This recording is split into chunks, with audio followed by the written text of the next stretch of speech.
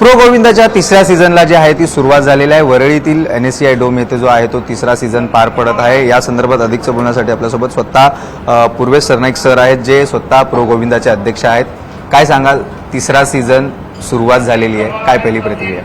नाही, गेली 2 वर्ष हा प्रो गोविंदा एक दिवसाचा उत्सव असायचा आणि आज आपण पाहताय की एक वेगळा जल्लोष, एक उत्सव नव्हे तर महोत्सवासारखं या ठिकाणी महाराष्ट्राचे तमाम गोविंदा जे आमचे आहेत ते या ठिकाणी साजरा करतायत। मला आनंद ह्या गोष्टीचाच वाटतो की आज ज्या पद्धतीनं क्रिकेटमध्ये रोहित शर्मा, सूर्यकुमार यादव, विराट कोहलीसारखी प्रत्येकाची एक फॅन बेस जी तयार झालेली असते, त्याच पद्धतीचं फॅन बेस आता माझ्या गोविंदांचं झालेलं आहे। म्हणजे माझा अभिमान या गोष्टीचा वाटतो की आज या ठिकाणी आपण पाहू शकता ही सगळी माझी मराठी तरुण आहेत आणि या मराठी तरुणांना एका नॅशनल लेवलवर आपण त्यांना आज संधी देतोय आणि निश्चितपणे आपल्या या महाराष्ट्राच्या उत्सवाला, आपल्या महाराष्ट्राच्या या परंपरेला आज आपण जगापर्यंत पोहोचवण्यासाठी प्रयत्न करतोय आणि निश्चितपणे हा प्रो गोविंदा एक साधन आहे। ह्याच्या माध्यमातून निश्चितपणे अतिशय चांगलं प्रकारचं आपल्याला जे सहकार्य आहे ते प्रेक्षकांकडनं मिळतंय आणि नक्कीच आपण जसं पाहतोय की आज दुसरा दिवस आहे आणि दुसऱ्या दिवशी सुद्धा एक एनर्जी वेगळी आहे या कार्यक्रमाच्या ठिकाणी।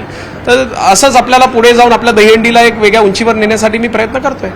पाहायला गेलं तर प्रमुख आकर्षण क्रिस गेल तर आहेच, त्याचबरोबर आता देखील मी स्वतः पाहिलं की अनेक आपले परदेशातील देखील पाहुणे देखील जे आहेत आपल्या कार्यक्रमाचा आनंद घेताना पाहायला मिळतात। खरं तर हा कार्यक्रम एका वेगळ्या लेवलवरती तुम्ही नेऊन ठेवलेला, काय सांगाल? मी आपल्याला सांगतो की मला अनेकांनी प्रश्न विचारला की तुम्ही क्रिस गेल सारख्या व्यक्तीला ब्रँड अँबॅसेडर का केलं, तर कोणी तुम्हाला इंडियन सेलिब्रिटी मिळाला नाही का? तर माझं त्या सगळ्यांना एकच म्हणणं होतं की क्रिस गेल हा ग्लोबल आयकन आहे। क्रिस गेलला स्वतःला युनिव्हर्स बॉस म्हणतात आणि आज जर मी एका भारतीय सेलिब्रिटीला जर घेतलं असतं तर ते आपलं जे खेळ आहे ते भारतमध्येच मर्यादित राहिलं असतं, आपल्या देशापुरतं राहिलं असतं। परंतु आज क्रिस गेलने, म्हणजे विचार करा, काल त्यांनी त्याच्या स्वतःच्या इंस्टाग्रामवर, फेसबुकवर, ट्विटरवर त्यांनी आपले प्रो गोविंदाचे व्हिडिओ टाकले, फोटो टाकले। तर एक जे परदेशात असलेली जी लोक आहेत, जगामध्ये बसलेली जी लोक आहेत, ती लोक सुद्धा हे विचार करत असतील की हे प्रो गोविंदा काय आहे।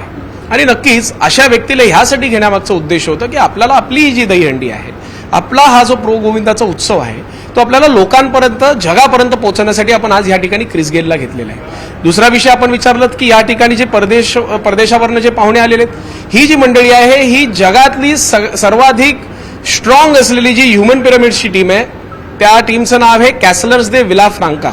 ही टीम, ह्यांचं 40 वर्षापूर्वी यांनी 10 तार लावलेले आहेत, 40 वर्षापूर्वी 10 तार लावलेले आहेत। अशी ही कॅसलर्स दे विलाफ्रांकाची मंडळी आज या ठिकाणी आलेली आहेत। त्यांचं माझं एक वेगळं ऋणानुबंध आहे, कारण प्रो गोविंदा ज्यावेळेस मी सुरुवात केली होती त्यावेळेस त्यांनाही घेऊन मी ह्याचं आपण कसं ह्याला इंटरनॅशनल लेवलचं बनवू शकतो यासाठी त्यांच्यासोबत बसून ही मेहनत केली होती आणि आज ते या ठिकाणी आलेले आहेत। आपल्याला अजून ह्या खेळाला कसं आपल्याला इंटरनॅशनल लेवलचं बनवता येईल, एक जेन्युइन स्पोर्ट्सचा दर्जा कसा देता येईल, ह्यासाठी ते आज या ठिकाणी आपल्यासोबत आहेत।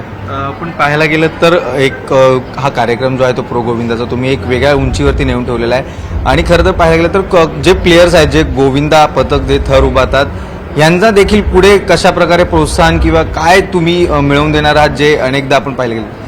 मला अभिमान या गोष्टीचा वाटतो की मागच्या वर्षी सुद्धा 3200 खेळाडू होते आणि या 3200 खेळाडूंपैकी 317 युवकांना, मुलांना, मराठी मुलांना आपण रोजगार उपलब्ध करून दिलेला आहे। कारण त्यांच्या संघाचे जे मालक आहेत, त्या प्रत्येक संघ मालकाने कोणी 20, कोणी 50, कोणी 30 असे वेगवेगळे मुलांना ज्यांना नोकरीची आवश्यकता होती, अशा युवकांना नोकरी त्यांच्या स्वतःच्या कंपनीमध्ये दिलेली आहे।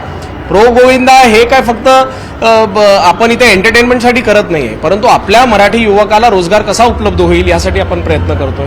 मी तुम्हाला सांगतो की जे संघ हरतंय किंवा जे संघ जिंकतंय, जिंकण्याला तर 100% प्रत्येक जण त्याला मदत करत असतात, त्याला पारितोषिक देत असतात, परंतु हारणाऱ्या संघाला सुद्धा आपण पारितोषिक देतोय हे यासाठी, कारण प्रत्येक मुलाच्या अकाउंटमध्ये पैसे गेले पाहिजे। त्याला आपण ह्या वर्षापासून सॅलरी सुरू केलेली आहे। त्याच्या घरात त्याची आई पूर्वी विचारायची, अरे दहीहंडी खेळायला काय जातो, हात तोडशील, पाय तोडशील, काय दहीहंडीमध्ये तुला आहे?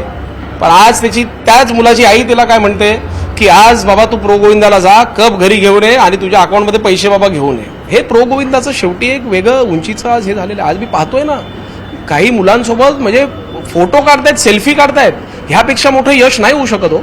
हा दहीहंडी ही महाराष्ट्राचं, मी जसं सांगतोय की महाराष्ट्राची संस्कृती आहे, ही संस्कृती जगापर्यंत पोहोचवण्यासाठी आपण हे प्रो गोविंदा करतोय। हे काय वैयक्तिक पूर्वेश सरनाईकचं ब्रँडिंगसाठी काय करतोय का आपण? कुठे पूर्वेश सरनाईकांचं नाव सुद्धा तुम्हाला साधं दिसणार नाही, कारण माझ्या या कार्यक्रमाचं आकर्षण, माझ्या या कार्यक्रमाचा हिरो हा फक्त आणि फक्त माझा गोविंद आहे. नक्कीच एक वेगळा असा प्रश्न आहे जो रॅपिडोवरून जे आहे आमदार, राष्ट्रवादीचे आमदार रोहित पवार यांनी देखील जे आहे ते काही प्रश्नचिन्ह उपस्थित केलेले आहेत. थेट तुमच्यावरतीच प्रश्नचिन्ह उपस्थित केले आणि मंत्री प्रताप सरनाईक यांच्यावरती देखील. यावरती काय सांगाल?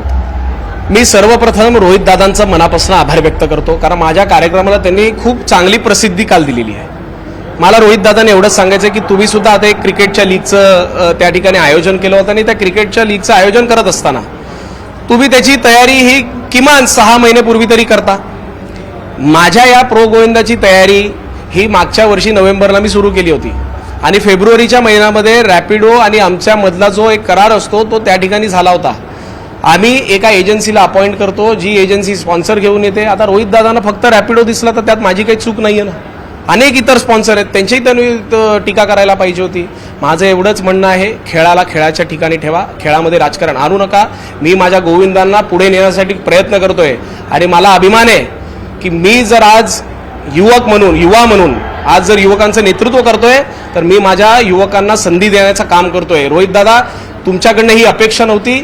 तुम्ही सुद्धा आमच्यासारख्या युवकांना या दहीहंडीला, या महाराष्ट्राच्या खेळाला तुम्ही सपोर्ट करायला पाहिजे होतं. आज सर्व गोविंदांच्या मनामध्ये तुमच्यासाठी अजिबात रिस्पेक्ट राहिलेला नाहीये, हे मी आज या ठिकाणी आवर्जून सांगतो. एक शेवटचा असा प्रश्न आहे, ट्रॉफी देखील अतिशय सुंदर आहे. कुठले कुठले पारितोषिक, जे प्रमुख आकर्षण असणार आहे पारितोषिक, उद्या फायनल देखील आहे, कोणते कुठे पारितोषिके असणार प्रमुख? आपण पहिलं जे विनर असणार त्याला एक पारितोषिक आहे, त्याला 75 लाख रुपये आपण या ठिकाणी रोख देणार आहोत.